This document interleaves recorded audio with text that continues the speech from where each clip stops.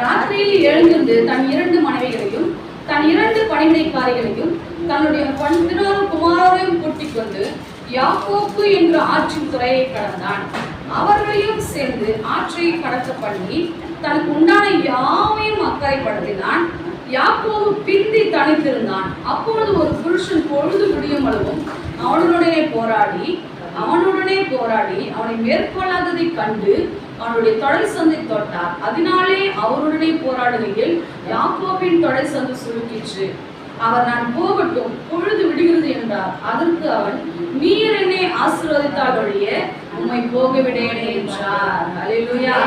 அவர் உன் பேர் என்ன என்று கேட்டார். யாக்கோபு என்றான். அப்பொழுது அவர், உன் பேர் இனி யாக்கோபு எனப்படாமல் இஸ்ரவேல் எனப்படும், தேவனோடும் மனிதரோடும் போராடி மேற்கொண்டாயே என்றார். அல்லேலூயா.